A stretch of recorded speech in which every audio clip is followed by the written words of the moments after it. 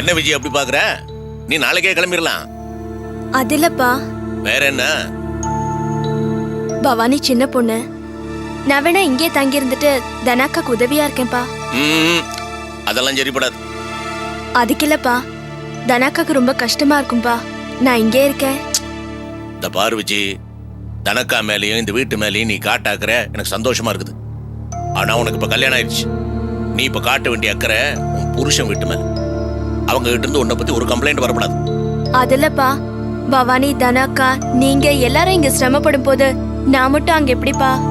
சிரமம் எதுலதான் இல்ல, நீ கவலைப்படாத, நாங்கெல்லாம் பாத்துக்கிறோம். தனம் இருக்கிறா, போஸ் இருக்கிறா, பவானி இருக்கிறா, பக்கத்து அத்தை இருக்கிறா, நாங்கெல்லாம் பாத்துக்கிறோம். நீ காலையில கிளம்புறதுக்கு ரெடி ஆயிடும். என்னப்பா நீங்க தனாக்காவோட சிரமம் புரியாம என்ன விரட்டுறதுலயே இருக்கீங்க. நான் என்ன வேத்து மனுஷியா? ஏன்பா என்ன பிரிச்சு பாக்குறீங்க?